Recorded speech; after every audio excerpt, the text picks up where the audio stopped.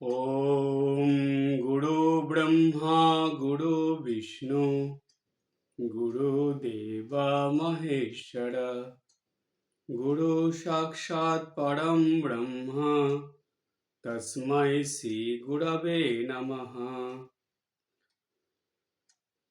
ॐ अखण्डमण्डलाकारं व्याप्तं येन चराचरं तत्पदं दर्शितं येन तस्मै श्री गुरवे नमः। ॐ अज्ञानतिमिरान्धस्य ज्ञानाञ्जनशलाकया चक्षुरुन्मीलितं येन तस्मै श्री गुरवे नमः। ॐ जननीं शारदां देवीं रामकृष्णं जगद्गुरुं पादपद्मे तयो श्रित्वा प्रणमामि मुहुर्मुहुः। नमः श्रीयतिराजाय विवेकानन्दसूरये सच्चित्सुखस्वरूपाय स्वामिने तापहारिणे। সবার প্রথমে ঠাকুর মা এবং স্বামীজির চরণে আভূমি লুণ্ঠিত প্রণাম জানাই। গুরুদেবের চরণে ভূ লুণ্ঠিত প্রণাম। এখানে উপস্থিত সকলকে আমার শ্রদ্ধা ভক্তিপূর্ণ নমস্কার।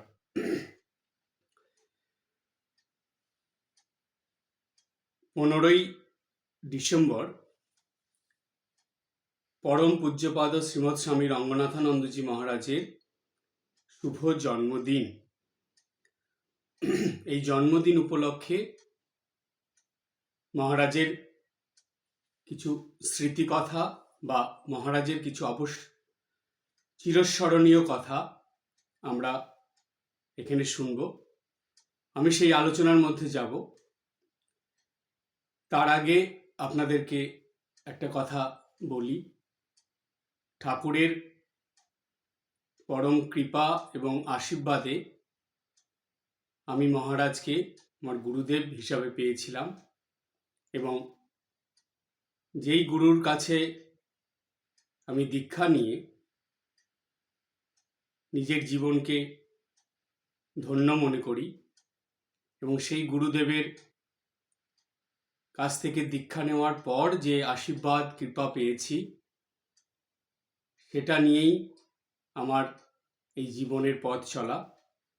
গুরুদেব সব সময় শিষ্যের সঙ্গে থাকে, এটা আমরা জানি।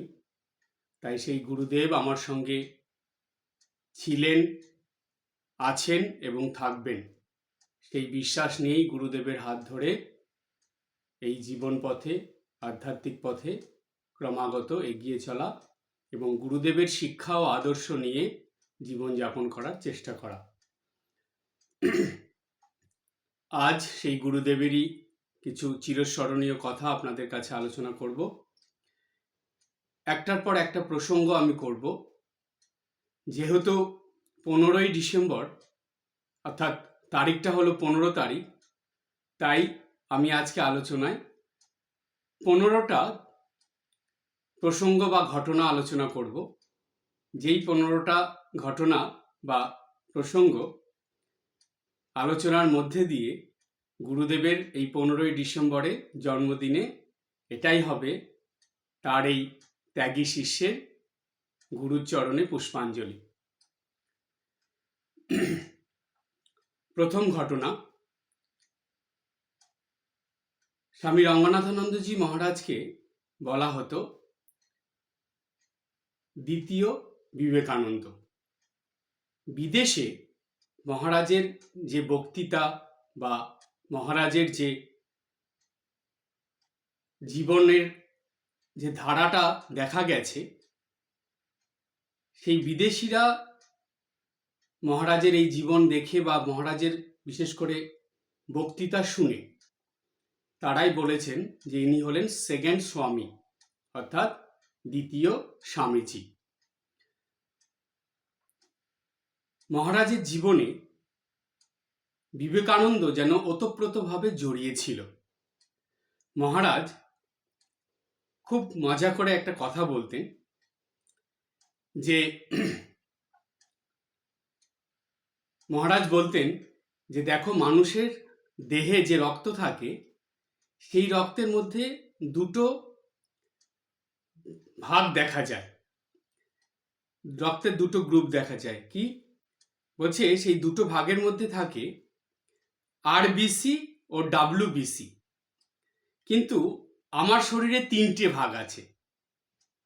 বলতেন আমার শরীরে আরবিসি এবং ডাব্লিউবিসি তো আছেই, তার সঙ্গে ভিবিসি আছে, অর্থাৎ বিবেকানন্দ ব্লাড সেল, এটা আমার মধ্যে আছে। সুতরাং মহারাজ মজা করে এই কথাটা বলতেন, কিন্তু এই কথার সত্যতা মহারাজের জীবনে একদম পরিষ্কারভাবে ফুটে উঠেছিল যে সত্যি তাই, যেন বিবেকানন্দ মহারাজের মধ্যে প্রবেশ করে কাজ করছেন, এই রকম তার জীবনযাপন বা জীবনধারা ছিল। একজন জ্যোতিষী মহারাজের সঙ্গে কথা বলতে বলতে মহারাজকে জিজ্ঞেস করছেন যে আচ্ছা মহারাজ, আপনি যদি সাধু না হতেন তাহলে আপনি জীবনে কি হতেন বা কি করতেন? তখন মহারাজ একটু হেসে উত্তর দিচ্ছেন যে যেভাবেই হোক আমি এই দেশের সেবা করতাম, অর্থাৎ দেশ সেবার থেকে নিজেকে কখনো বঞ্চিত করতাম না। যেভাবেই হোক আমি এই দেশের সেবা করতাম। মহারাজের এই কথাটা থেকে পরিষ্কার বোঝা যায় যে এই দেশের প্রতি, ভারতবর্ষের প্রতি স্বামীজির যে ধরনের বা যে রকম ভালোবাসা ছিল, ঠিক সেই রকম ভালোবাসাই কিন্তু মহারাজের এই ভারতবর্ষের প্রতি ছিল। স্বামীজির যে বিশ্বজয়ের যে নীতি ছিল, সেটা স্বামীজি বলেছিলেন আত্মনো মোক্ষার্থম জগদ্ধিতায় চ, অর্থাৎ এই যে নীতিটা বা এই যে বাক্যটা, এই কথাটা হলো যে জগতের কল্যাণ করতে করতে নিজের হিত করা বা নিজের ভালো করা, অর্থাৎ অপরের ভালো করলে সেটা কিন্তু পরোক্ষভাবে নিজেরই ভালো হয়। তো স্বামী রঙ্গনাথানন্দজি মহারাজের জীবনে কিন্তু এই কথাটা খুবই উজ্জ্বলভাবে ফুটে উঠেছিল এবং তিনি এই কথার যেন জ্বলন্ত প্রতিমূর্তি ছিলেন। মহারাজের শিক্ষা, মহারাজের পড়াশোনা, জপ ধ্যান, বক্তৃতা, মহারাজের যে অপরের সঙ্গে কথা বলা, অপরকে উৎসাহ দান করা, এইসব বিভিন্ন রকম দিক থেকে পর্যবেক্ষণ করলে এটাই বোঝা যায় যে তিনি একজন ঠিক বিবেকানন্দের তৈরি করা, অর্থাৎ স্বামীজি যেই রকম সন্ন্যাসী বা যেই রকম সৈনিক চেয়েছিলেন, যেই রকম মানুষ চেয়েছিলেন তার কাজ করার জন্য, স্বামী রঙ্গনাথানন্দজি মহারাজ ঠিক সেই রকম মানুষই ছিলেন।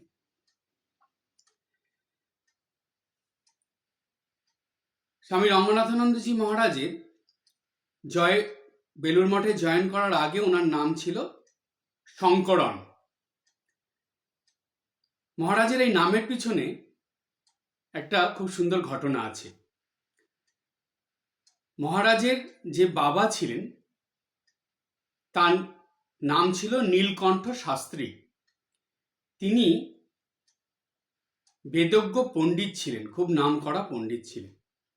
এবং মহারাজের মা যিনি ছিলেন তিনি ছিলেন হলো লক্ষ্মীকুট্টি আম্মা। এই লক্ষ্মীকুট্টি আম্মা খুব শিব ভক্তিনী ছিলেন, অর্থাৎ খুব শিবের ভক্ত ছিলেন, খুব ভক্তিমতী মহিলা ছিলেন।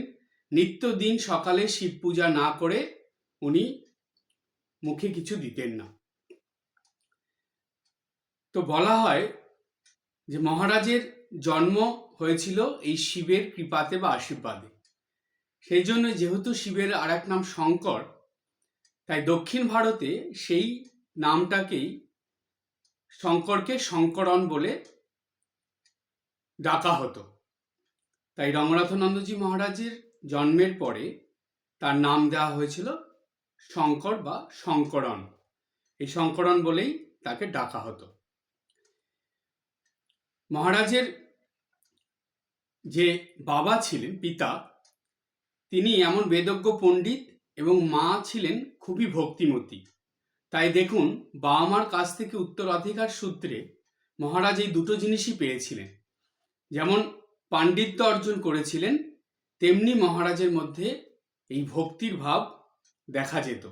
সুতরাং জ্ঞান এবং ভক্তি দুটো যেন মহারাজের মধ্যে একদম মিশ্রিত হয়েছিল এবং জীবনের সর্বক্ষেত্রে সেটা প্রকাশিত হয়ে উঠত।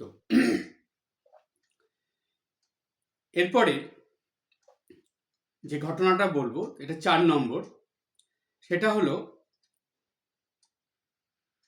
গুণীজনদের কাছ থেকে শোনা, অর্থাৎ যে সকল গুণী মানুষরা মহারাজকে দেখেছেন খুব কাছ থেকে, বা যে সকল বিশিষ্ট ব্যক্তিরা মহারাজকে খুব নিকটে পেয়েছিলেন, তারা মহারাজের জীবন আচরণ বা জীবন চর্চা দেখে, জীবনযাপন দেখে তারা বলেছিলেন যে স্বামী রঙ্গনাথানন্দজির জীবনে 3টি ব খুব পরিষ্কারভাবে ফুটে উঠেছিল।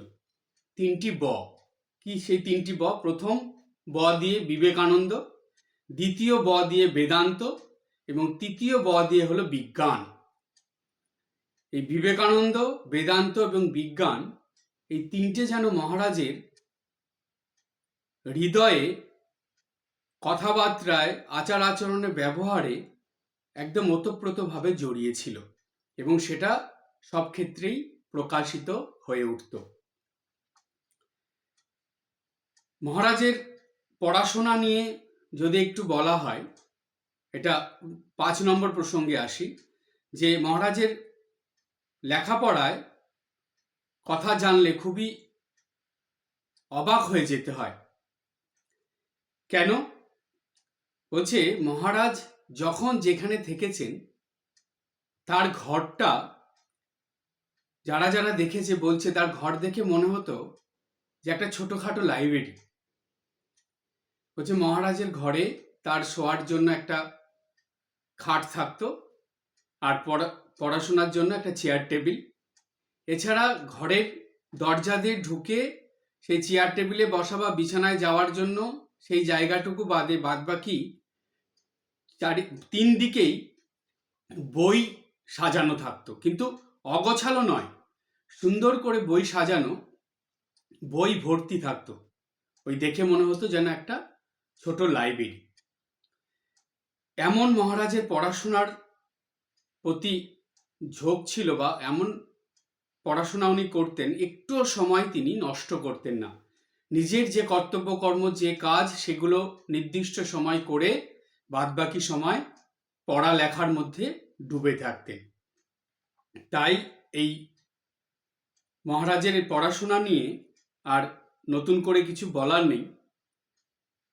মানে অবাক হতে হয় এই কারণে যে মহারাজ কিন্তু মাধ্যমিক পাশ করেননি, কিন্তু সেই মানুষটা ভারতের সংস্কৃতির যে বই, ভারতের ধর্মের যে বইগুলো, সেগুলো সব তো পড়েছেনই, সেই সঙ্গে বিদেশি সব নামকরা লেখকদের বা বিদেশের যে বিজ্ঞানীদের বই থেকে শুরু করে, বিদেশের ধর্মীয় ব্যক্তিদের বই থেকে শুরু করে, কি বই মহারাজ পড়েননি।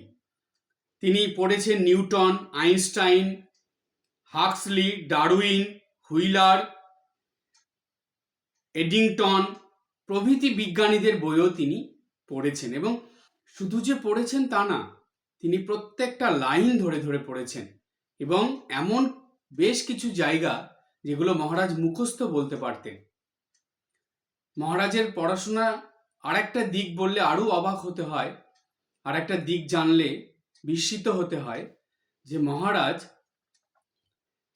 বিবেকানন্দের যে বই কমপ্লিট ওয়ার্কস, যেটাকে বাংলায় বলা হয় বিবেকানন্দের বাণী ও রচনা, সেই বইটাকে মহারাজ যে কতবার প্রথম থেকে শেষ পর্যন্ত পড়েছেন তার ঠিক নেই, কিন্তু বিশেষ করে যেই বইটার কথা মহারাজ বারবার পড়তে বলতেন সবাইকে, সেই বইটা হলো ভারতে বিবেকানন্দ।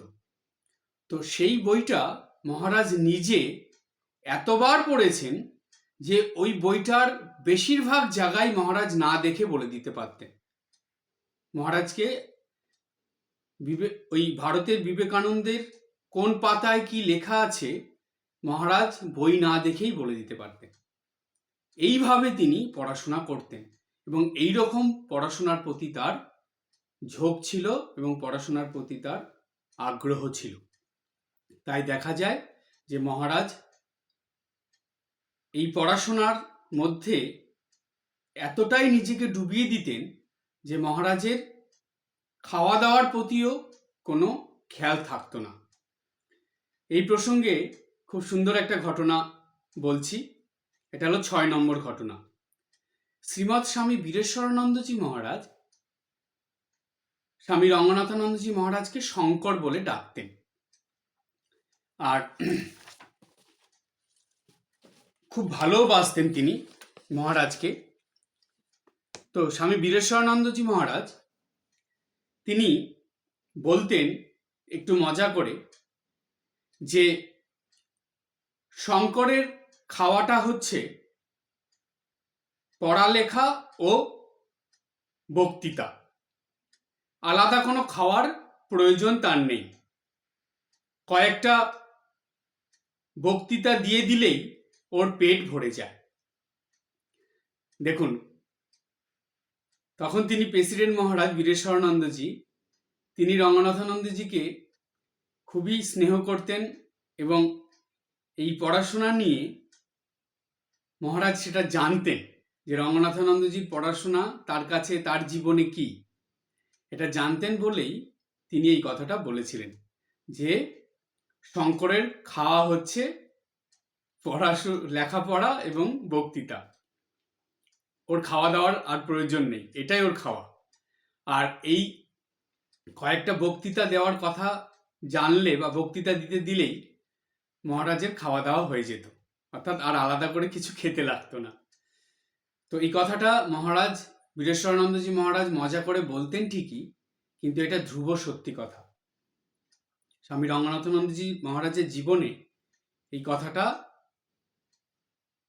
সর্বক্ষেত্রে সত্যি হয়ে উঠেছিল, যে সত্যিই তাই, যে এই রকম খুব কম মানুষই, খুব বিরল মানুষই দেখা যায় যে যারা এই পড়াশোনাটাকেই এবং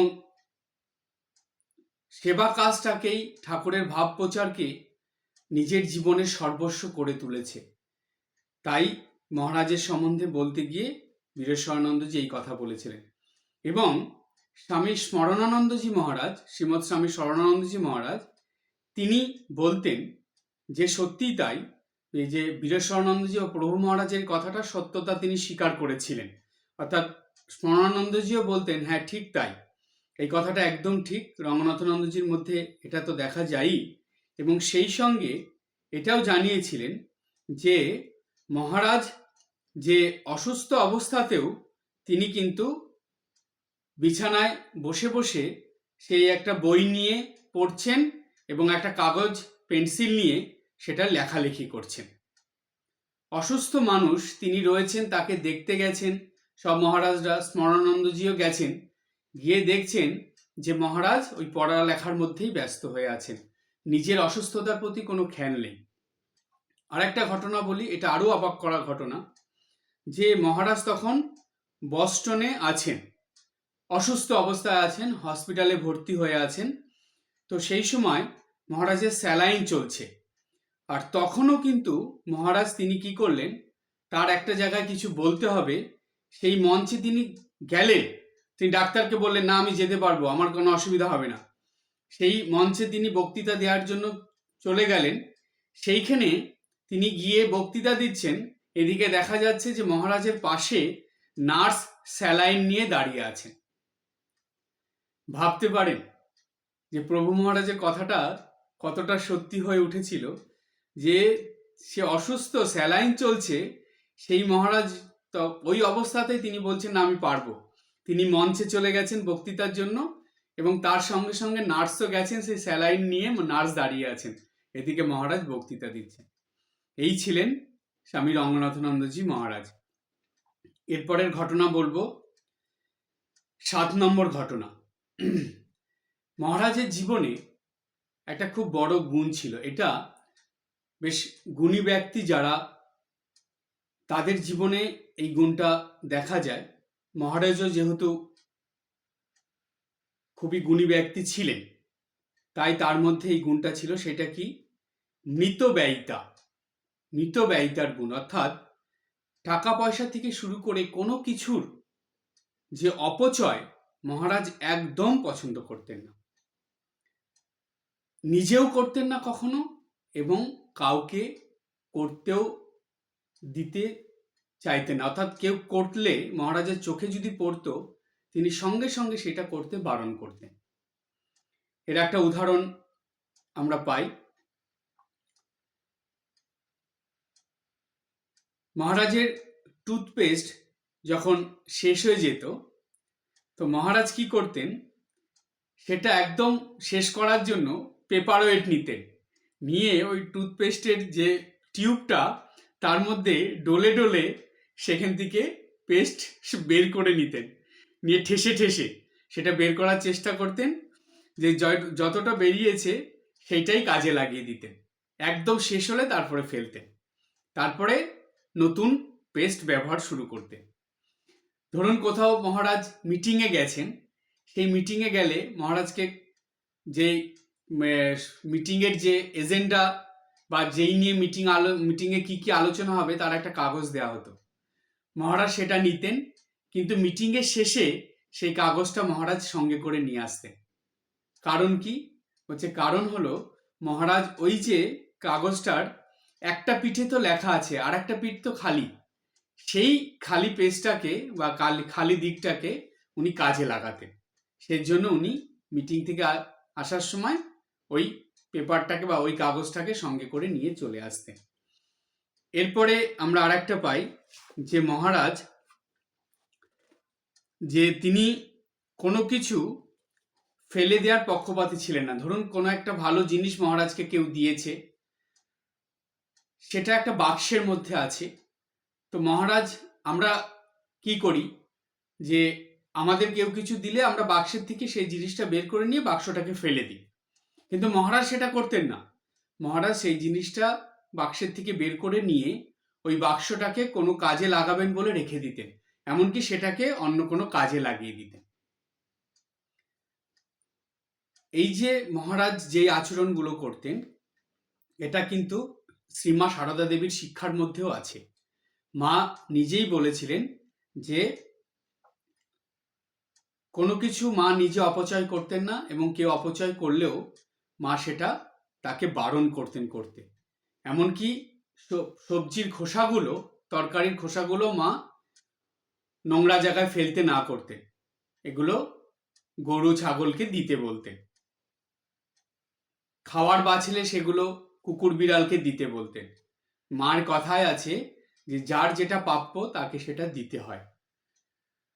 তো সুতরাং এই যে শিক্ষাটা, এটা কিন্তু স্বামী রঙ্গনাথানন্দজির জীবনে পরিষ্কারভাবে আমরা দেখতে পাই। মহারাজ কোনো কিছু নিজেও অপচয় করতেন না, কাউকে অপচয় করতে দেখলে তিনি সেটা বারণ করতেন, করতে না করতেন। এরপরের ঘটনায় যাব আমরা। এটা হলো 7 নম্বর ঘটনা। এবার 8 নম্বরে যাব। 8 নম্বর ঘটনাটা হলো যে আহারের কথা, খাওয়া দাওয়া। মহারাজের খাওয়া দাওয়া সেই ব্রহ্মচারী অবস্থার থেকে, মহারাজ যখন জয়েন করেছিলেন সেই সময় থেকেই মহারাজের খুব সাধারণ খাওয়া দাওয়া ছিল। কোনোদিনই মহারাজের খাওয়া দাওয়ার ব্যাপারে কোনো রকম অতিরিক্ত কিছু দেখা যায়নি। খাওয়া পড়ার জন্য মহারাজ বেশি খরচ হোক সেটাও মহারাজ কখনো চাইতেন না। কারণ তিনি বলতেন, একটা ঘটনার মধ্যে আমরা যাই, যে মহারাজের জন্মদিনে এক ভক্ত খুব সুন্দর একটা কেক নিয়ে এসেছিলেন মহারাজের জন্য। মহারাজ তখন হায়দ্রাবাদে আছেন, হায়দ্রাবাদের সেক্রেটারি। তো এক ভক্ত মহারাজের জন্মদিন উপলক্ষে খুব সুন্দর একটা কেক নিয়ে এসেছেন। কেকটা বেশ দামি দেখেই মনে হচ্ছে। তো মহারাজ কেকটা দেখেই বললেন যে এটা তো বেশ দামি, তাই না? তখন ভক্তটা বললেন যে হ্যাঁ মহারাজ, তাই, একটু হেসে বললেন, কেননা মহারাজের কাছে তো আর মিথ্যা কথা বলতে পারবেন না। তো তখন মহারাজ এই ভক্তটিকে খুব সুন্দর করে বললেন যে দেখো, এত টাকা এই খাবারের জন্য অপচয় করা একদম বুদ্ধিমানের কাজ নয়। তার থেকে বরং তুমি যদি এই টাকাটা আমাকে দিতে, তাহলে আমি এই টাকাটা নিয়ে সেবা কাজে ব্যবহার করতে পারতাম বা সেবা কাজে লাগাতে পারতাম। তাই আর কখনো এরকম করবে না। এই মহারাজের শিক্ষা। ব্রহ্মচারী অবস্থা থেকেই মহারাজ এরকম করতেন, খাওয়া দাওয়া খুব কম করে করতেন। আর দেখা যেত যে মহারাজ তো খুব পরিশ্রম করতেন, খুব কাজ করতেন। যখন জয়েন করেছেন তারপর থেকে মহারাজের ভীষণ কাজ করতে হতো। কেমন কাজ করতেন একটু বলি। মহারাজের কাজ ছিল, যেই মঠে জয়েন করেছিলেন সেই মঠের সামনে যে জায়গাটা, প্রাঙ্গণটা, সেটাকে ঝাড় দিয়ে পরিষ্কার করা প্রতিদিন। ঠাকুরের বাসন ধোয়া, পরিষ্কার করা, গুরু ভাইদের বা সেই আশ্রমের মহারাজদেরকে চা দেওয়া সকালবেলা। তারপরে গুরুদেবের বা মহারাজের গুরুদেব ছিলেন পরম পূজনীয় শ্রীমৎ স্বামী শিবানন্দজি মহারাজ।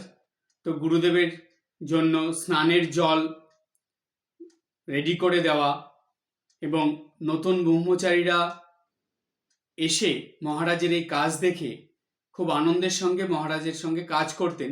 কিন্তু মহারাজ তাদেরকে বেশি কাজ করতে দিতেন না, অল্প অল্প কাজ করতেন, কিন্তু মহারাজই নিজেই বেশি কাজ করতেন। এবং সেই সঙ্গে মহারাজের খাওয়া দাওয়া বলতে, তিনি সকালবেলা এত কাজের জন্য সকালবেলা যেটা টিফিন হতো সেটা একটু খেতেন, দুপুরে খেতেন এবং রাত্রে খেতেন। কিন্তু ওই যে মাঝে এত কাজের জন্য মহারাজের, যে তখন তো ব্রহ্মচারী, তো তখন ইয়ং বয়স, তো সেই সময় খিদে লাগতো, খাওয়ার তো ছিল, মহারাজ সেগুলো খেতেন না। মহারাজ কি করতেন, নিজের জামার পকেটে, পাঞ্জাবির পকেটে একটু মুড়ি রাখতেন। তো মহারাজ যখন খুব খিদে পেত তখন একটু মুড়ি খেয়ে জল খেয়ে নিতেন। তো এইভাবে মহারাজ খাওয়া দাওয়ার প্রতি বরাবরই একটা সাধারণ মাত্রা রেখেছিলেন, যেটা জীবনের শেষ দিন পর্যন্ত দেখা গেছে। এই ছিল মহারাজের আহার। আহার নিয়ে আরেকটু বলি, যেটা শুনলে খুবই অবাক হতে হয়, যে মহারাজ যে খাওয়া দাওয়া করতেন, ধীরে ধীরে দেখা যেত যে মহারাজের স্বামীজির সঙ্গে, যেহেতু মহারাজের একটা এইরকম মিল পাওয়া যায় যে স্বামীজির ভাবে আদর্শে তিনি এতটাই অনুপ্রাণিত ছিলেন, বা এমনভাবে তিনি ওতপ্রোতভাবে জড়িত ছিলেন, যে স্বামী বিবেকানন্দের জীবনী যারা ভালো করে পড়েছেন তারা জানেন যে স্বামীজি কিন্তু একটু পেট রোগা ছিলেন, অর্থাৎ স্বামীজির হজম শক্তি একটু কম ছিল। তো সেই ক্ষেত্রে দেখা যায়, যেটা হয়েছিল পরে পরে স্বামীজির জীবনে এটা পাওয়া যায়, যে স্বামীজির ধীরে ধীরে যখন এই এত পরিব্রাজক জীবন থেকেই সেই রোগটা স্বামীজির মধ্যে এসেছিল, যে পাচন শক্তি, হজম শক্তি কমে গিয়েছিল। তো মহারাজের জীবনেও কিন্তু ঠিক একই জিনিস ছিল। তাই মহারাজের খাওয়া দাওয়া কি ছিল শুনলে অবাক হতে হয়। মহারাজ তার খাওয়ার মধ্যে রাখতেন অল্প ভাত, নুন সহযোগে মশলা ছাড়া সিদ্ধ তরকারি, 1 কাপ টক দই, অল্প ছানা, আর আগুনে সেকা একটা পাঁপড়, আর কিছুটা চিনি তিনি খেতেন। এই চিনি খাওয়া নিয়ে একটা অদ্ভুত ব্যাপার, মহারাজ একটু চিনি খেতেন। তো সেটা মহারাজকে বলা হয়েছিল। কখনো কখনো মহারাজ চিনি একটু বেশি করেই খেয়ে নিতেন। তো মহারাজের যখন বলা হলো, মহারাজ আপনি এরকম চিনি খাবেন না এতটা করে, তখন মহারাজ বলতো, না, চিনি খেলে কি হয় জানো? সেটা মহারাজ বলতেন যে সেই চিনিটা, বলতেন যে মস্তিষ্কের পুষ্টির জন্য চিনি অপরিহার্য। এই কথা মহারাজ বলতেন, হাসতে হাসতেই বলতেন। তো যেটা মহারাজের কাছে যারা আসতেন, অন্যান্য মহারাজ ব্রহ্মচারীরা, তারা কিন্তু মহারাজকে বোঝাতেন যে এইরকম করে বেশি করে চিনি খাওয়ার দরকার নেই, কারণ আমাদের শরীরের যে খাদ্য খাবার আমরা গ্রহণ করি সেখান থেকে গ্লুকোজ আমরা পেয়ে যাই এবং তাতেই চিনির ঘাটতি মিটে যায়। তো আলাদা করে চিনি এরকম না খেলেও কোনো অসুবিধা হয় না। তো মহারাজ সেটা শুনতেন, বুঝতেন, কিন্তু পরে আবার সেই চিনি একটু খেয়ে নিতেন। তো যাই হোক, এটা একটা আনন্দের ব্যাপার ছিল, মহারাজ আনন্দ করেই সেটা খেতেন। এই ছিল মহারাজের খাওয়া দাওয়া। আচ্ছা, যখন মহারাজ প্লেনে করে কোথাও যেতেন, বেশিরভাগই তো বিভিন্ন জায়গায় বিদেশে বক্তৃতা দিতেন, প্লেনে করে যেতেন। তো তখন মহারাজ কি করতেন, প্লেনে গেলে তো খাবার তো দিত, সেটা বুক করা থাকতো। তো মহারাজ কি করতেন, নিজের খাবার তিনি নিয়ে যেতেন। ওই সেদ্ধ ভাত দই টই দিয়ে মাখিয়ে এরকম একটা খাবার বানিয়ে তিনি নিয়ে যেতেন, যেটা ফ্লাইটে বসে তিনি খেতেন। কিন্তু মহারাজকে যেই খাবারটা দিত তিনি সেটা নিতেন। নেওয়ার পর মহারাজের সঙ্গে যিনি থাকতেন, মহারাজের সেবক বা মহারাজের সঙ্গে যে যাচ্ছেন, তাকে মহারাজ ওই খাবারটা দিয়ে দিতেন। বা মহারাজ হয়তো একা গেছেন, সেটা নিয়ে এসে ফ্লাইট থেকে নেমে কেউ মহারাজকে এসেছে রিসিভ করতে, তাকে হয়তো সেটা দিয়ে দিলেন। কিংবা দেখা যেত যে মহারাজ কোনো গরিব, যে আশ্রমে ফিরে এসেছেন, আশ্রমের কোনো ওয়ার্কারকে, বা আশ্রমের, দেখা গেছে দিল্লি আশ্রমে মহারাজ যখন ছিলেন, সেই আশ্রমে এসে বা আশ্রমে যারা কাজ করতো তাদেরকে ওটা মহারাজ দিয়ে দিতেন। তো এইরকম করতেন মহারাজ, কিন্তু ওটা নষ্ট করতেন না, ওটা নিতেন, নিয়ে অপর কাউকে দিয়ে দিতেন। আর নিজের খাবার ছিল ওই একটু খাবার, তিনি প্যাকেটে করে নিয়ে যেতেন। তো এই রকম ছিল মহারাজের খাবার। আর এটা তিনি একদিন নয়, দিনের পর দিন খেয়েছেন নির্দ্বিধায়। মহারাজের কোনো অসুবিধা হতো না।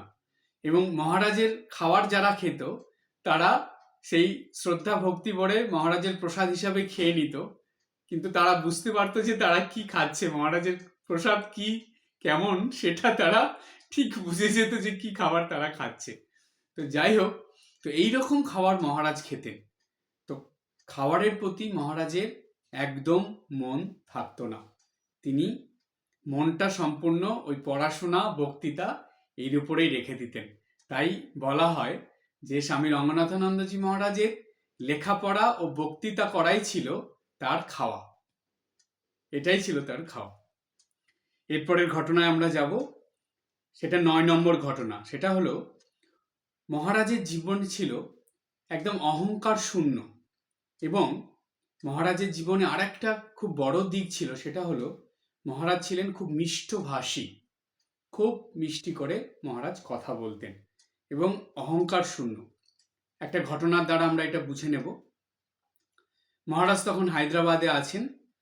তো মহারাজের বিকেলে বক্তৃতা আছে, মহারাজ যাচ্ছেন, কিন্তু সকাল থেকেই সেদিন ভীষণ ব্যস্ততার মধ্যে মহারাজ ছিলেন। তো যার ফলে তিনি যখন ফিরে এসেছেন, ফিরে এসে বেশি সময় নেই, তাড়াতাড়ি তৈরি হয়ে মহারাজ আবার ক্লাস নিতে চলে গেছেন। তো ক্লাস নিতে যখন মহারাজ গেছেন, তো যাচ্ছেন, ক্লাসে ঢোকার আগে দেখা যাচ্ছে যে মহারাজ যে জামার বোতামগুলো আটকে ছিলেন, সেই বোতামগুলো ঠিকভাবে আটকানো হয়নি, একটা বোতাম উপর নিচে হয়ে গেছে। তো সেই রকম ভাবে রয়েছে, সেটা একটা ভক্তের চোখে পড়েছে। তো তিনি বেশ নামকরা ভক্ত, অর্থাৎ তিনি মহারাজের কাছে এসেছেন, মহারাজকে প্রণাম করে মহারাজকে বলছেন যে মহারাজ, আপনার জামাটা ঠিকভাবে লাগানো হয়নি, ওটা একটু ঠিকভাবে লাগিয়ে নেবেন, নয় এখন আপনি যাবেন তো সেটা দেখতে খারাপ লাগবে। তো তখন মহারাজ তার দিকে তাকিয়ে একটু হাসলেন, হেসে বললেন যে দেখুন, এইখানে যারা যারা এসেছেন তারা কিন্তু সবাই আমার কথা শুনতে এসেছেন, আমার বক্তৃতা শুনতে এসেছেন, তারা কিন্তু আমাকে দেখতে আসেননি। তো সুতরাং আমার এই পোশাকের মধ্যে তারা আমার পোশাক দেখতেও আসেননি, তারা এসেছেন আমার কথা শুনতে। তাই আমার পোশাকের মধ্যে যদি একটু এদিক ওদিক থাকে তাতে কোনো আসে যায় না, আমার কথাটা যাতে ঠিক থাকে সেটাই বড় কথা, আমার বক্তৃতাটা যাতে ঠিক হয় সেটাই আমার কাছে বড় জিনিস।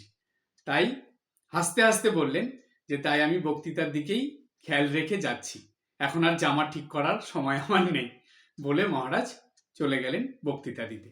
তো এই রকম ছিলেন মহারাজ, যে তিনি একদম নিরভিমান নিরহংকার ছিলেন এবং তার সব কিছুর মধ্যে এই সাধারণ ভাবটা ফুটে উঠত।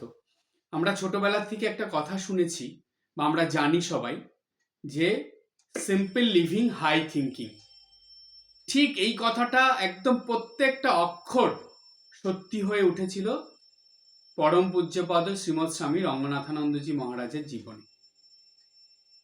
তার জীবনের সঙ্গে এই কথাটা সম্পূর্ণভাবে মিলে গিয়েছিল। সিম্পল লিভিং হাই থিঙ্কিং, এটাই ছিল মহারাজের জীবনযাপনের একটা ধারা। আর মিষ্টভাষী মানে মহারাজ সব সময় সবার সঙ্গে খুব ভালোভাবে কথা বলতেন, এমনকি এই শিক্ষাই তিনি দিতেন সবাইকে, নবাগত ব্রহ্মচারীদেরও এই শিক্ষা তিনি দিতেন।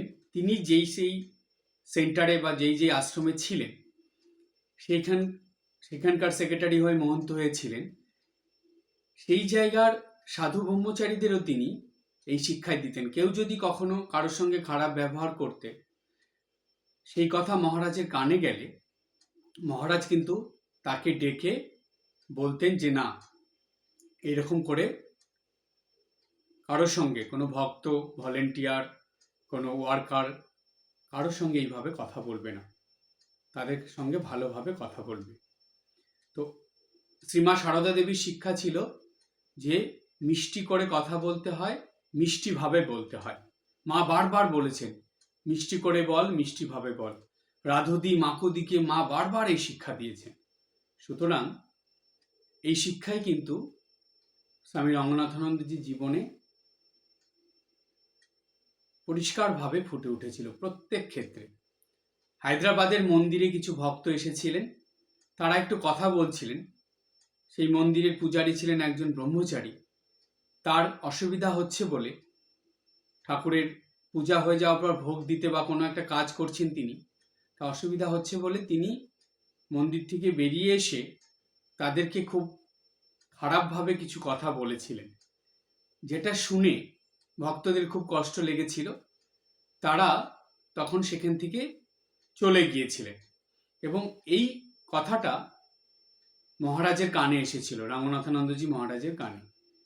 তো মহারাজ তখন পরে আলাদা করে সেই ব্রহ্মচারীকে ডেকে বলে দিয়েছিলেন যে কখনো এরকম করবে না, তারা ঠাকুরের কাছে আসে, তারা ভক্ত মানুষ, তারা তো আমাদের সব নিয়ম কানুন জানে না, একটু ভুল তারা করতেই পারে, কিন্তু তার বলে তাদের মনে আঘাত দিয়ে এইভাবে কথা বলবে না। তারপর থেকে সেই ব্রহ্মচারী আর কোনোদিন খারাপভাবে কথা বলতেন না, কারোর সঙ্গে বলেননি। তো মহারাজের ওই শিক্ষা, ছোট ছোট ঘটনার থেকে খুব বড় শিক্ষা আমরা মহারাজের জীবন থেকে পাই। মহারাজ এই মিষ্টি কথা বলার শিক্ষা দিয়েছেন, নিজেও সেটা পালন করতেন এবং অপরকেও বলতেন। একটা কথা আমরা জানি আগেকার দিনের মানুষের কথা, যে যেটা চৈতন্যদেবও বলেছিলেন, চৈতন্যদেবেরই কথা, যেটা পরবর্তীকালে এইভাবে এসেছে যে আপনি আচরি ধর্ম জীবেরে শিখাও, অর্থাৎ নিজে যেটা পালন করবে সেটাই অপরকে বলা যায় বা সেটাই অপরকে শিক্ষা দেওয়া যায়। স্বামী রঙ্গনাথানন্দ মহারাজ ঠিক তাই করতেন, নিজের জীবনে যা যা তিনি পালন করতেন সেগুলোই তিনি অপরকে বলতেন। এবার 10 নম্বর ঘটনা বা প্রসঙ্গের মধ্যে আসব। শরীর চর্চা এবং খেলাধুলা এই দুটোর প্রতি মহারাজ খুব ঝোঁক দিতেন, নিজেও করতেন এবং অপরদেরও করতে বলতেন। হস্টেলের স্টুডেন্ট থেকে শুরু করে ব্রহ্মচারীদেরকে, নতুন সন্ন্যাসীদেরকে, এমনকি তার কাছে কোনো ছাত্রছাত্রীরা আসলে তাদেরকে মহারাজ এগুলো বলতেন। কোথাও স্কুল কলেজে বিভিন্ন জায়গায় বক্তৃতা দিতে গেলে মহারাজ এই প্রসঙ্গে কথা বলতেন। মহারাজ বলতেন নিত্যদিন মানে প্রতিদিন শরীরচর্চা করতে এবং কিছুটা সময় খেলাধুলা করতে। এমনকি প্রত্যেক বয়সের মানুষেরই প্রতিদিন শরীরচর্চা অবশ্যই করা দরকার, কিছুটা সময় হলেও। মহারাজ নিজে সেটা করতেন। মহারাজের খুব 3টে প্রিয় জিনিস ছিল। সেটা কি? প্রথম হলো সাঁতার। সাঁতার কাটতে মহারাজ খুব ভালোবাসতেন। সাঁতার একটা এমন এক্সারসাইজ, এমন একটা সাঁতার কাটা এমন একটা শরীরচর্চা, যেই শরীরচর্চার মধ্যে দিয়ে সমস্ত শরীরের এক্সারসাইজ হয়ে যায়, সমস্ত শরীরকে ঠিকভাবে নাড়ানো যায়। সেই জন্য সাঁতারের কথা মহারাজ খুব বলতেন এবং নিজেও খুব ভালোবাসতেন সাঁতার কাটতে। দেখা গেছে এই গঙ্গায় মহারাজ যতদিন বেলুড় মঠে ছিলেন, ব্রহ্মচারী অবস্থায় এসেছেন বা সন্ন্যাসের পরে যখন যখন বেলুড় মঠে এসেছেন, উনি গঙ্গা স্নান করেছেন এবং গঙ্গায় খুব সাঁতার কাটতেন। সাঁতার কাটতে মহারাজ খুব ভালোবাসতেন। দ্বিতীয় পছন্দের ছিল মহারাজের ভলিবল খেলা। মহারাজ ভলিবল খেলতে খুব ভালোবাসতেন। বেলুড় মঠ থেকে আরম্ভ করে যেখানে যেখানে মহারাজ যেতেন, সেইখানে স্টুডেন্টস হোম থাকলে, অর্থাৎ হস্টেল থাকলে, তারপরে এরকম স্টুডেন্টস হোম থাকলে, সেই ছাত্রদের সঙ্গে দেখা যেত মহারাজ বিকেলবেলা তাদের সঙ্গে গিয়ে ভলি খেলতে শুরু করে দিয়েছেন। মহারাজ খুব ভালো চাপ মারতে পারতেন ভলি খেলায়। তো মহারাজ খুব মজা করে বলতেন, মহারাজকে যদি জিজ্ঞেস করা হতো যে মহারাজ আপনি এত ভালো এত সুন্দর চাপ কি করে আপনি করতে পারেন, মারতে পারেন? তো মহারাজ হেসে বলতেন, গোবিন্দ চাপ দেয় আর আমি সেই চাপটাকে মেরে দিই। তো এইভাবে মহারাজ মজা করতেন এই নিয়ে। মহারাজ কিন্তু মজার খুব কথা বলতে পারতেন, তার মধ্যে খুব রসবোধ ছিল। এটাও মহারাজের জীবনের আরেকটা দিক। আর এই শরীরচর্চার কথা মহারাজ বলতেন, যারা খেলাধুলার সময় পায় না, খেলাধুলা করতে পারে না, সে যেই বয়সেরই হোক না কেন, তারা জানি প্রতিদিন একটু শরীরচর্চা করে, ফ্রি হ্যান্ড এক্সারসাইজ যেটাকে বলে। মহারাজ নিজেও করতেন এবং অপরদেরও করতে বলতেন। কারণ মহারাজ বলতেন এই সাঁতার কাটলে, খেলাধুলা করলে, শরীরচর্চা করলে কি হয়, মন এবং মাথা দুটোই পরিষ্কার থাকে, শরীর খুব সতেজ থাকে, অ্যাক্টিভ থাকে, কাজের মধ্যে উৎসাহ বাড়ে এবং শরীরের রোগ কম হয়। এতগুলো উপকার। সেই জন্য মহারাজ এগুলো করতে বলতেন, খেলাধুলা করতে বলতেন, শরীরচর্চা করতে বলতেন। এবার আমরা যাব 11 নম্বর প্রসঙ্গে। মহারাজের একটা বিরাট দিক ছিল, বা যেটাকে বলা যায় খুব গুরুত্বপূর্ণ প্রধান একটা দিক ছিল, সেটা হলো মহারাজ স্বাবলম্বী থাকতে খুব পছন্দ করতেন এবং অপরকে স্বাবলম্বী হওয়ার শিক্ষা দিতেন। স্বামী বিবেকানন্দর জীবনে বা বাণীতে আমরা এটা পরিষ্কারভাবে পাই। স্বামীজি বলতেন যে পরনির্ভরশীল হয়ে কখনো চলবে না, পরনির্ভরশীল হয়ে জীবনযাপন করবে না। পরনির্ভরশীলতাকে স্বামীজি ঘৃণা করতেন। স্বামীজি পরনির্ভরশীলতা একদম পছন্দ করতেন না। স্বামী রঙ্গনাথানন্দজির জীবনে এটা দেখা যায় যে তিনি সবসময় স্বাবলম্বী হয়ে চলতে পছন্দ করতেন এবং সেইভাবেই চলতেন। তো এই স্বাবলম্বী থাকার একটা দুটো ঘটনা আমরা এখানে পাই, সেই প্রসঙ্গে আলোচনার মধ্যে যাব। সেটা হলো মহারাজ সংঘের ভাইস প্রেসিডেন্ট তখন। তো তিনি সেই ভাইস প্রেসিডেন্ট হওয়ার পরেও কিন্তু সেবকদের বলতেন যে আমার ব্যক্তিগত কাজে তোমরা কেউ সাহায্য করতে আসবে না, আমার ব্যক্তিগত যে কাজ সেটা আমি নিজেই করব। মহারাজ গেছেন জাপানে। তখন মহারাজের বয়স 77 বছর, 70 পেরিয়ে 77 বছর বয়স মহারাজের। সেই সময় তিনি জাপানে গেছেন, সঙ্গে সেবক আছেন, সন্ন্যাসী।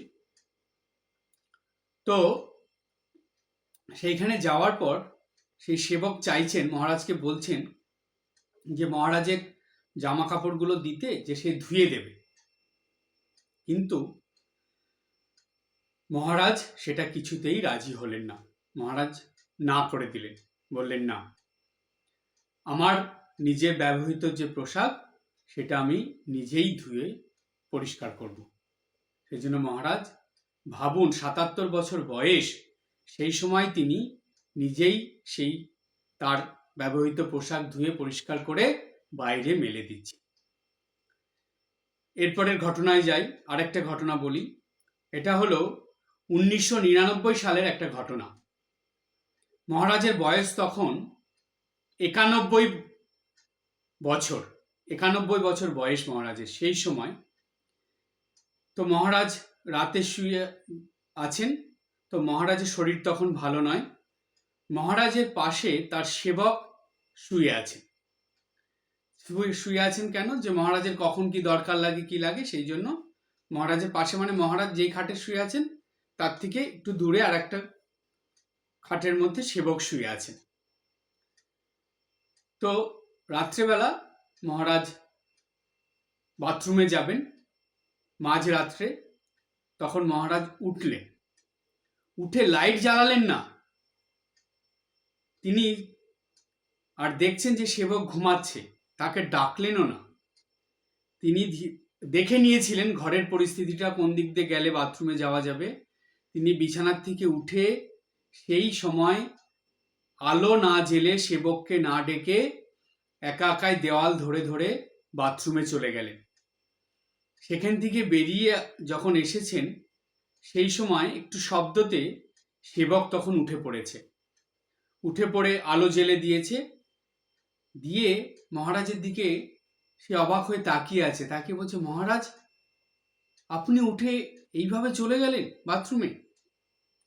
তখন মহারাজ সেবকের দিকে তাকিয়ে একটু হেসে বলছে যে, না দেখো, আমি তোমাকে না বিরক্ত করতে চাইনি, অর্থাৎ তোমাকে ডাকতে চাইনি। তুমি সারাদিন এত পরিশ্রম করো, এত কাজ করো, এত সেবা করো, তাই আমি চেয়েছিলাম যে তুমি একটু ঘুমাচ্ছ যখন, একটু নিশ্চিন্তে ঘুমাও। আমি তো এটা কোনো অসুবিধা হয়নি আমার, আমি এটা পারবো দেখে আমি গেছি। তো এই কথা বলে তখন সেবক সেই মহারাজকে তারপরে নিয়ে এসে দিলেন। তো এই যে শিক্ষা, যে মহারাজ যে এই দুটো ঘটনা আমরা পেলাম, যে ৭৭ বছর বয়সের এবং ৯১ বছর বয়সের যে ঘটনা, এবং সেই সঙ্গে মহারাজের মনের যে চিন্তা ভাবনা, যে মনোভাব, যে কতটা তিনি স্বাবলম্বী হয়ে চলতে ভালোবাসতেন, যে পরনির্ভরশীল না হয়ে নিজের এই অসুস্থ শরীর নিয়েও নিজের প্রতি বিশ্বাস রেখে, নিজের এই স্বাবলম্বীটুকু বজায় রেখে তিনি যে চলেছেন, এই প্রকৃষ্ট উদাহরণ যে মহারাজের জীবন থেকে পাই, এটা স্বামীজির কাছ থেকেই, অর্থাৎ স্বামীজির কথার থেকেই মহারাজের জীবনে এসেছিল। তাই মহারাজের জীবনের শেষ পর্যন্ত আমরা দেখতে পাই যে মহারাজ নিজের থেকে যতটা পারতেন করে নিতেন, কখনো নিজের কাজের জন্য অপরকে বলতেও চাইতেন না, এবং অপরে করে দিক সেটাও তিনি ভালোবাসতেন না। এরপরে যাব ১২ নম্বর ঘটনায়। সেটা হলো আধ্যাত্মিক পথে সতর্কতার উপদেশ মহারাজ দিতেন। ভক্তদেরও বলতেন, নবাগত ব্রহ্মচারীদের, সন্ন্যাসীদের, সবাইকে মহারাজ এই উপদেশটা দিতেন। অর্থাৎ আধ্যাত্মিকতার মধ্যে সতর্কতার বাণী মহারাজ শোনাতেন। মহারাজ বলতেন যে আধ্যাত্মিক জীবন যাপন করতে হলে সবসময় সতর্ক থাকতে হয়। সতর্কতা বলতে মহারাজ কি বুঝিয়েছেন? সতর্কতা বলতে মহারাজ বুঝিয়েছেন সংযম, অর্থাৎ সংযমের মধ্যে জীবনযাপন করতে হয়। সংযম যদি কোনো কিছুর মধ্যে না থাকে, তাহলে কিন্তু আধ্যাত্মিক জীবনে উন্নতি হয় না, বা আধ্যাত্মিক জীবনে বেশি দূর এগোনো যায় না। আর এই সংযমের কথা বলতে গিয়ে মহারাজ বলতেন যে পঞ্চ ইন্দ্রিয়ের সংযম, চক্ষু, কর্ণ, নাসিকা, জিহ্বা, ত্বক, এদের দ্বারা যা হয় সেটার সংযম করার কথা মহারাজ বলতেন। আর এই সংযমটাকেই মহারাজ বলতেন সতর্ক থাকা।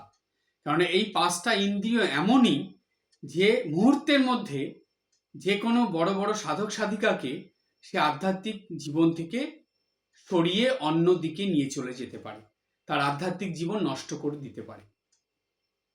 তাই এই পঞ্চ ইন্দ্রিয়ের ব্যাপারে সতর্ক থেকে সংযমের জীবন যাপন করতে মহারাজ বলতেন, নিজেও করতেন এবং অপরকেও সেটা বলতেন। শুধু একবার না, বারবার মহারাজ বলতেন যে খুব সতর্ক থাকতে। এই প্রসঙ্গে মহারাজ বিবেক চূড়ামণির একটা শ্লোক বলতেন। বিবেক চূড়ামণি মহারাজের খুব প্রিয় একটা বই। মহারাজ বেশ কয়েকবার বিবেক চূড়ামণি পড়েছেন এবং বিবেক চূড়ামণি নিয়ে খুব দারুণ আধুনিক ব্যাখ্যা মহারাজের করা আছে, তাই নিয়ে একটা বইও আছে। স্বামী রঙ্গনাথানন্দজি মহারাজের বিবেক চূড়ামণির উপর যে তিনি পরপর ক্লাস নিয়ে ব্যাখ্যা করেছিলেন তার একটা বইও আছে। তো এই বিবেক চূড়ামণি মহারাজের খুব প্রিয় একটা বই ছিল। সেই বইয়ের একটা শ্লোক মহারাজ প্রায়ই কথা প্রসঙ্গে বা বক্তৃতার মধ্যে বলতেন। সেটা কি ছিল? মহারাজ বলতেন, শব্দ দিভি পঞ্চ ভীরেব পঞ্চম পঞ্চত্তমাপুহ স্বগুণেন বদ্ধাঃ কুরঙ্গ মাতঙ্গ পতঙ্গ মীন ভৃঙ্গা নরঃ পঞ্চভি রঞ্জিতঃ কিম।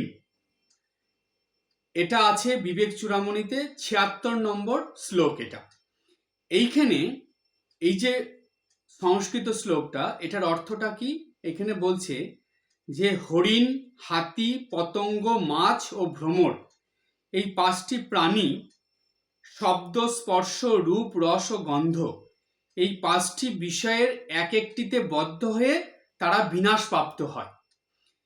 এইটা বলে মহারাজ বলতেন যে এই পঞ্চগুণের বশীভূত হয়ে আছে মানুষ, তাহলে এই পঞ্চগুণের বশীভূত হয়ে জীবনযাপন করলে মানুষের কি দুর্দশাই হতে পারে সেটা একবার চিন্তা করার কথা মহারাজ বলতেন।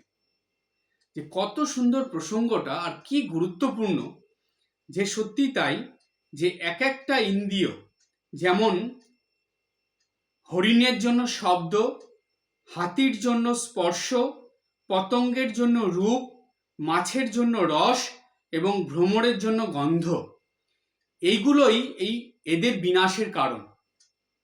আর এই 5টা কিন্তু মানুষের জীবনে থাকে, এই 5টাই মানুষকে বদ্ধ করে রেখেছে। এগুলোর পাল্লায় পড়ে সতর্ক না হয়ে এগুলোর মধ্যে পড়ে যদি মানুষ জীবনযাপন করে তাহলে তার জীবনের কি অবস্থা হবে দেখুন, সেটা মহারাজ বলতেন। তাই মহারাজের উপদেশ ছিল যে আধ্যাত্মিক জীবনযাপন করতে হলে সতর্কভাবে জীবনযাপন করতে হবে, অর্থাৎ সংযমের জীবনযাপন করতে হবে। এটা মহারাজ নিজের জীবনেও পালন করতেন এবং এই শিক্ষায় তিনি ভক্তদেরকে, সাধু ব্রহ্মচারীদেরকে এই শিক্ষায় তিনি দিতেন। এরপরে আসে 13 নম্বর প্রসঙ্গ কি? মহারাজ ছিলেন কুসংস্কার মুক্ত আধুনিক চিন্তা ভাবনার একজন মানুষ। এটা মহারাজের জীবনের একটা ঘটনার থেকেই আমরা বুঝতে পারি। এরকম বহু ঘটনা আছে, আমরা একটা ঘটনার কথা এখানে বলছি। মহারাজ তখন হায়দ্রাবাদে আছেন, হায়দ্রাবাদের সেক্রেটারি। হায়দ্রাবাদে গেস্ট হাউসে একজন ভক্ত মহিলা এসেছেন তার মাকে নিয়ে। তারা সেখানে আছেন কয়েকদিন। প্রতিদিন বিকেলবেলা তারা মহারাজকে প্রণাম করতে আসতেন। একদিন দেখা গেছে যে সেই ভক্ত মহিলা একা একা মহারাজকে প্রণাম করতে এসেছেন, তার মাকে নিয়ে আসেননি।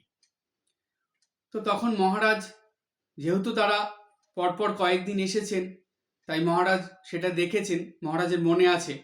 তো ওই ভক্ত মহিলা যখন মহারাজকে প্রণাম করছেন তখন মহারাজ তাকে জিজ্ঞেস করলেন, আপনি একা এসেছেন আজকে, আপনার মা কোথায়? আপনার মা আসেননি? তখন ওই ভক্ত মহিলা বলছেন যে না মহারাজ, উনি আসেননি। কি কারণ? সেই ভক্ত মহিলা বলছেন যে না, আমার জেঠিমা মারা গেছেন, খবর এসেছে, তাই অসুচ হয়েছে দেখে মা আসেননি। মা আপনার কাছে এসে, মানে আপনাকে প্রণাম করতে মা আসেননি। তো তাদের নিয়ম অনুযায়ী সেই প্রণাম করতে নেই সাধুদের কাছে আসতে নেই, সেটা সেটা মহারাজকে বলেছেন। মহারাজ শুনে সঙ্গে সঙ্গে বললেন সেই ভক্ত মহিলাকে যে আপনি এখনই যান গেস্ট হাউসে, আপনার মাকে নিয়ে আসুন, আমি এখানে বসে আছি। সেই মহারাজের কথা শুনে সেই ভক্ত মহিলা গেলেন, গিয়ে তার মাকে নিয়ে আসলেন। এসে যখন তার মা এসেছে তখন মহারাজ বললেন যে আপনি নির্দ্বিধায় নিঃসংকোচে প্রণাম করতে পারেন, কোনো অসুবিধা নেই।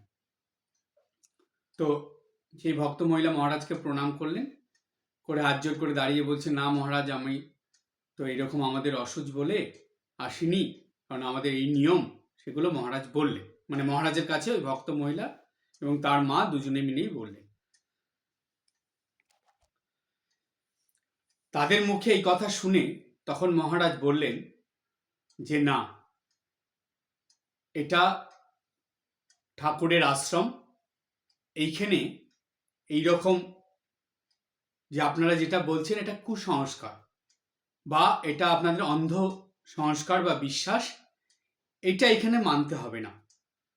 এইখানে আপনারা ঠাকুরকে প্রণাম করবেন, সন্ন্যাসীদেরও প্রণাম করবেন এবং আপনারা এখানকার যে ঠাকুরের প্রসাদ সেটা গ্রহণ করবেন, যেমন খাওয়া দাওয়া করছিলেন সেইভাবে করবেন। তো মহারাজের এই কথা শুনে তাদের খুব ভালো লাগলো এবং তারা সেই এতটাই নিশ্চিন্ত হয়েছিলেন যে তারপরে যে কদিন ছিলেন মহারাজ যেমন বলেছিলেন তারা সেইভাবেই আশ্রমে ছিলেন। তো মহারাজের কথাটা এই ছিল যে এটি রামকৃষ্ণদেবের আশ্রম, এখানে সবই পবিত্র, এখানে কোনো অশৌচ নেই, আমরা যা খাই তোমরাও তাই খাবে, মন্দিরে যেতে বা সন্ন্যাসীদের প্রণাম করতে কোনো বাধা নেই। এরপর মহারাজ বলেছিলেন যে অশৌচ একটি কুসংস্কার ছাড়া কিছু নয়, মানুষ যদি স্বরূপতেই পবিত্র তবে সে অছুত হয় কেমন করে। তো বলছেন যে এইসব পুরনো প্রচলিত ধারণা মানুষের মজ্জাগত হয়ে গেছে, এর থেকে আমাদের বেরোতে, অর্থাৎ এই ভারতবাসীকে বেরোতে আরো 100 বছর সময় লাগবে। এরপরে ধীরে ধীরে এই কুসংস্কারগুলো মানুষের মধ্যে থেকে চলে যাবে। যাই হোক, মহারাজ এটা বলতেন। তো মহারাজের এই কথার থেকে বা এই ঘটনার থেকে এটা পরিষ্কার প্রমাণ হলো যে মহারাজ কুসংস্কার মুক্ত আধুনিক চিন্তা ভাবনার মানুষ ছিলেন। তো এটা গেল 13 নম্বর ঘটনা। এবার 14 নম্বর ঘটনায় আসি। স্বামী বিবেকানন্দ যেই শিক্ষার কথা বলেছিলেন, যে শিক্ষার কথা বলতে গিয়ে স্বামীজির সেই বিখ্যাত কথাটা মনে পড়ে। স্বামীজি বলেছিলেন যে education is the manifestation of perfection already in man. অর্থাৎ যে মানুষের ভেতরের যে এই শিক্ষাটা যেটা রয়েছে, সেটার যে মানুষের প্রকৃতি থেকে যে জ্ঞান উন্মোচন যে সহায়ক, সেই শিক্ষার কথা যে স্বামীজি বলেছেন, সেটাই স্বামী রঙ্গনাথানন্দজির জীবনে সারা জীবন ধরে এই শিক্ষার কথাই কিন্তু মহারাজ প্রচার করে গেছে। তিনি বিভিন্ন জায়গায় এই শিক্ষা সম্বন্ধে বক্তৃতায় একটা খুব সুন্দর সংস্কৃত শ্লোক বলতেন, সেটা আমি এখানে বলছি। এটা খুব বিখ্যাত একটা কথা মহারাজ যেটা বলতেন। মহারাজ বলতেন, আচার্যাৎ পাদম আধত্তে পাদম শিষ্য স মেধয়া পাদম স ব্রহ্মচারিভ্য পদম কালক্রমেণ চ। আর একবার বলি, আচার্যাৎ পাদম আধত্তে পাদম শিষ্য স মেধয়া পাদম স ব্রহ্মচারিভ্য পাদম কালক্রমেণ চ। এটার অর্থটা কি? অর্থটা হলো একজন শিক্ষার্থী 4 ভাবে শিক্ষা গ্রহণ করতে পারে। যদি সে ঠিক শিক্ষার্থী হয়, তার শিক্ষা গ্রহণের 4টে ভাগ থাকবে। 4 ভাবে সে তার জীবনে প্রকৃত শিক্ষা গ্রহণ করতে পারে। সেই প্রকৃত শিক্ষা গ্রহণের 4টি ভাগ কি কি? প্রথম ভাগ 1 নম্বর, সেটা হলো যে আচার্য বা শিক্ষকের কাছ থেকে সে প্রকৃত শিক্ষা গ্রহণ করবে। আচার্য বা শিক্ষকের কাছ থেকে। প্রথম। দ্বিতীয় হলো আপন বুদ্ধি ও সচেষ্টার দ্বারা, স্বকীয়তার দ্বারা সে শিক্ষা গ্রহণ করতে পারবে, নিজের বুদ্ধি দিয়ে এবং নিজের চেষ্টা দিয়ে। 2 নম্বর এটা। 3 নম্বর, অন্যান্য ব্রহ্মচারী অর্থাৎ তাদের সহপাঠীদের সঙ্গে পারস্পরিক আলোচনার মাধ্যমে সে শিক্ষা গ্রহণ করতে পারবে।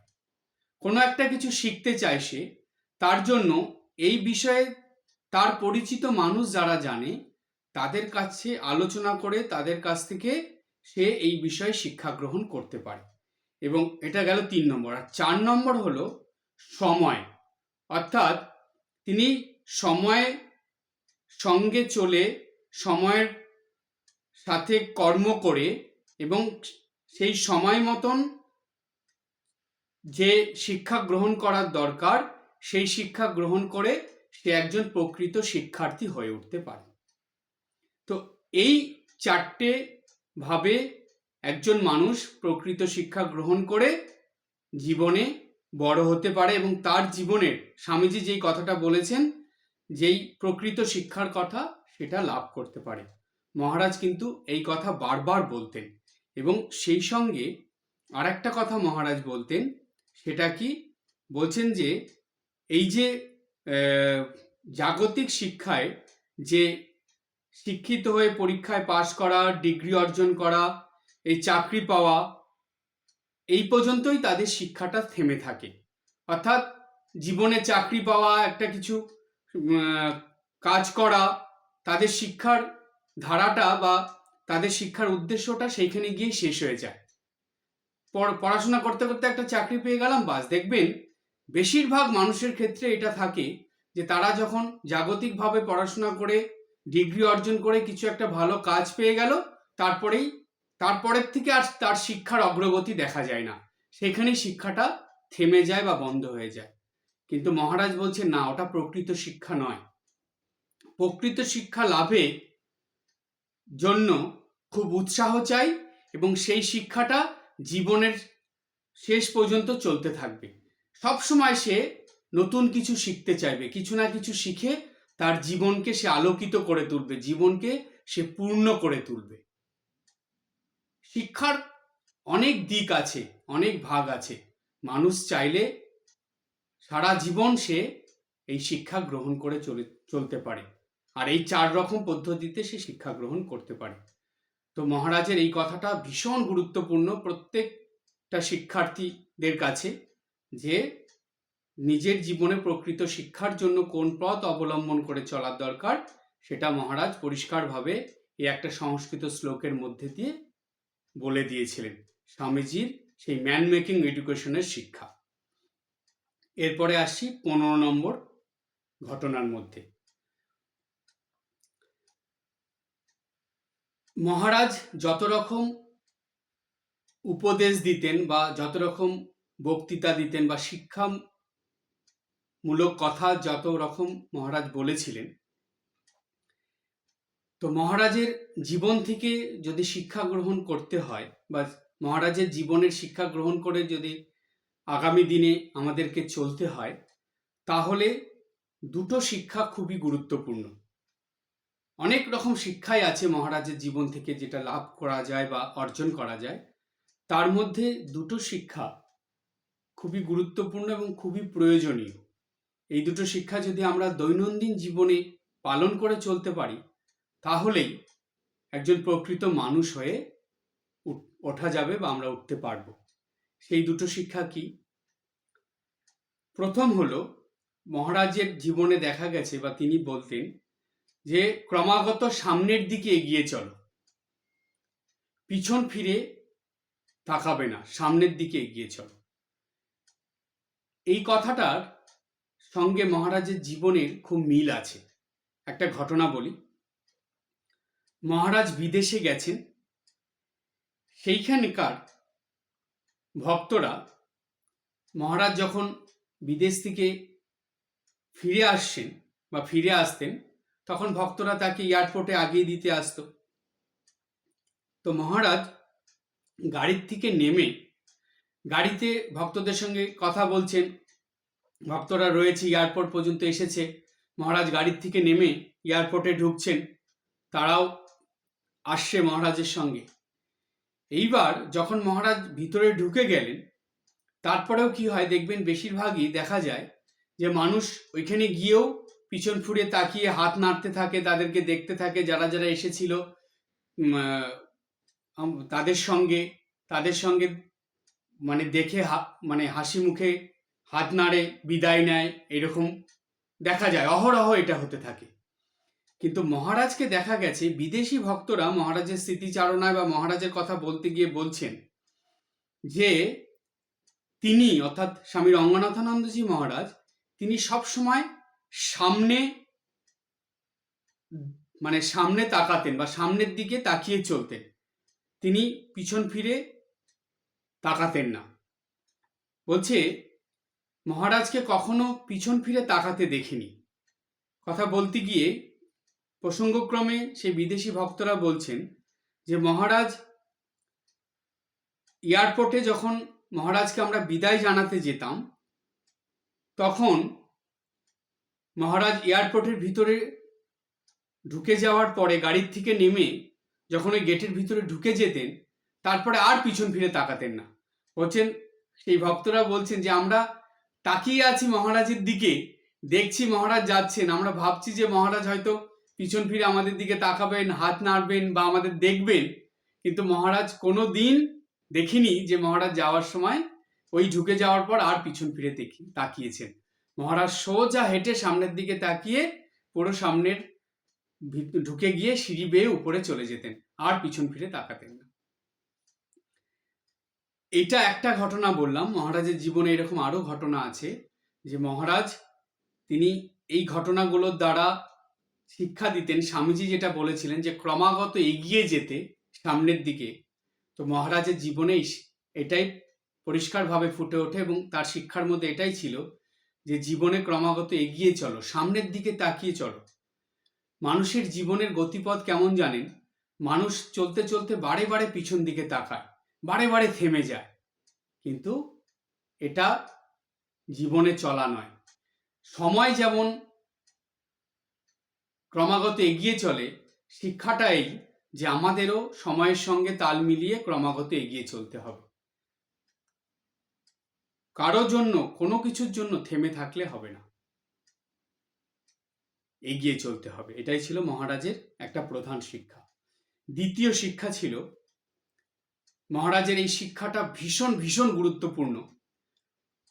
মহারাজ বলতেন যে সবার মঙ্গলের জন্য, সকলের কল্যাণের জন্য প্রতিদিন ঈশ্বরের কাছে একটা প্রার্থনা করতে হয়। এই প্রার্থনা করার পদ্ধতিটা কেমন সেটা মহারাজ বলে দিয়েছিলেন। মহারাজ বলেছিলেন যে আমরা যখন দেবদেবীদের সামনে প্রার্থনা করি, বেশিরভাগ মানুষই কেউ মন্দিরে, কেউ তার বাড়িতে ঠাকুর ঘরে গিয়ে প্রার্থনা করে। প্রত্যেকটা মানুষ প্রতিদিনই একবার হলেও দেবদেবীদের কাছে, ঠাকুর মা স্বামীজির কাছে, কালী মায়ের কাছে, শিবের কাছে, যার যেই দেবদেবী ভালো লাগে তাদের কাছে অবশ্যই প্রার্থনা করে। আর এই প্রার্থনাগুলো বেশিরভাগই দেখা যায় তাদের নিজেদের জন্য, নিজেদের কথা ভেবে তারা করে। তো মহারাজ বলছেন ওই প্রতিদিন যখন আমরা কোনো দেবদেবীর সামনে দাঁড়িয়ে প্রার্থনা করি, তখন আমাদের প্রার্থনার মাঝে যেন একটা প্রার্থনা অবশ্যই থাকে, আমরা যেন সকলের কল্যাণের জন্য, মঙ্গলের জন্য অবশ্যই প্রার্থনা করি। কখনো যদি কেউ আমাদের জিজ্ঞেস করে যে তুমি অপরের জন্য প্রার্থনা করেছো, আমাদের উত্তর জানি হয় যে হ্যাঁ, আমি অপরের জন্য প্রার্থনা করেছি। আর শুধু আজকে নয়, আমি প্রতিদিন অপরের কল্যাণের জন্য, মঙ্গলের জন্য, সবার কল্যাণের জন্য, মঙ্গলের জন্য প্রার্থনা করি। এটাই জানি আমাদের উত্তর হয়। তাই মহারাজ বলতেন সবার ভালোর জন্য, মঙ্গলের জন্য প্রতিদিন একবার ভগবানের কাছে বা দেবদেবীদের কাছে অবশ্যই প্রার্থনা করতে হয়। এই প্রার্থনার দ্বারাই অপরের কল্যাণ, মঙ্গল কামনা করতে হয় এবং সেটাও একটা নিঃস্বার্থ সেবা কাজ হয়। মহারাজের এই দুটো শিক্ষা আমাদের দৈনন্দিন জীবনে পালন করে চলার শিক্ষা। তাই মহারাজের জীবনের এই যে 15টা ঘটনা বা প্রসঙ্গ আমরা জানলাম, 15টাই ঘটনার মধ্যে দিয়ে, প্রসঙ্গের মধ্যে দিয়ে আমরা 15 রকমের শিক্ষা পেলাম। 15 রকমের শিক্ষা পেলাম।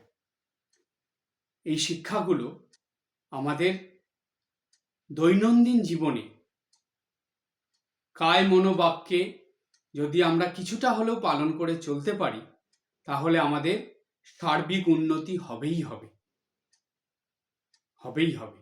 এতে কোনো দ্বিধা থাকবে না, এতে কোনো সন্দেহ নেই। মহারাজের সম্বন্ধে অর্থাৎ স্বামী রঙ্গনাথানন্দ সম্বন্ধে খুব নামকরা স্বনামধন্য লেখক শঙ্করী প্রসাদ বসু তিনি কি বলেছেন তার কথা বলে আজকের প্রসঙ্গ শেষ করব।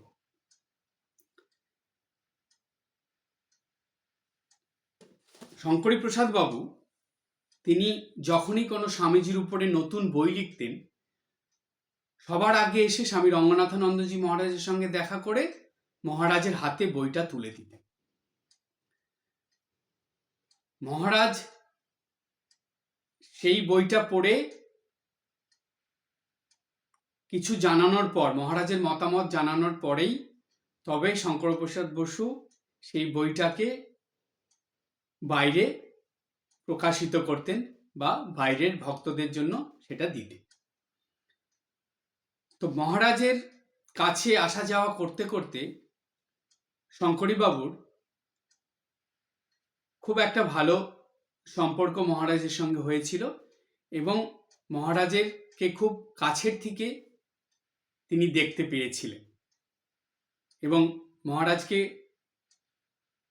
তিনি তার বিচার বুদ্ধি দিয়ে যতটুকু জেনেছিলেন এবং বুঝেছিলেন সেই সম্পর্কে শঙ্করীবাবু বলেছিলেন যে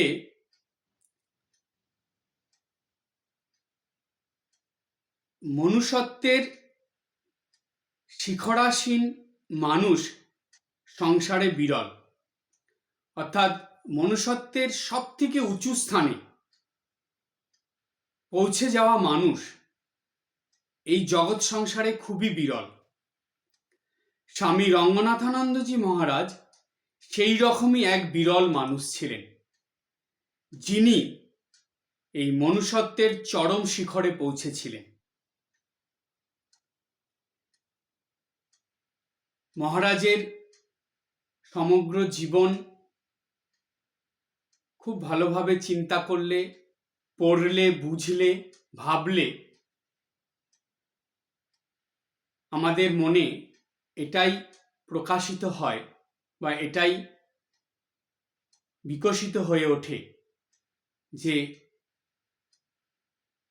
জগৎ সংসারে বা জগতের কল্যাণের জন্য স্বয়ং ঈশ্বর যেন স্পেশালভাবে অর্থাৎ আলাদা করে এইরকম মানুষদের তৈরি করে পাঠান, যাদের সম্পূর্ণ জীবনটাই অপরের জন্য উৎসর্গকৃত, যারা তাদের নিঃশ্বাস প্রশ্বাসটুকু অপরের কল্যাণের জন্য দিয়ে দেন, অর্থাৎ সেবা কাজে লাগিয়ে দেন। নিজের নিঃশ্বাস প্রশ্বাসটুকুও সেবা কাজে তারা প্রদান করেন। আর সেই রকমই মানুষ ছিলেন পরম পূজ্যপাদ শ্রীমৎ স্বামী রঙ্গনাথানন্দজি মহারাজ, যেই মহারাজের কৃপা আশীর্বাদে আমাদের এই জীবন বিকশিত হয়ে উঠুক, আমাদের জীবন আদর্শ জীবনে পরিণত হোক এবং আমরাও যেন মহারাজের এই শিক্ষা গ্রহণ করে নিজেদেরকে সেই মনুষ্যত্বের চরম শিখায় পৌঁছানোর জন্য ক্রমাগত এগিয়ে চলতে পারি। গুরুদেবের শ্রীচরণে সেই প্রার্থনা জানিয়ে আজকে আমার এই আলোচনা শেষ করছি। ওম শান্তি শান্তি শান্তি। হরি ওম তৎসৎ। শ্রীরামকৃষ্ণার্পণমস্তু।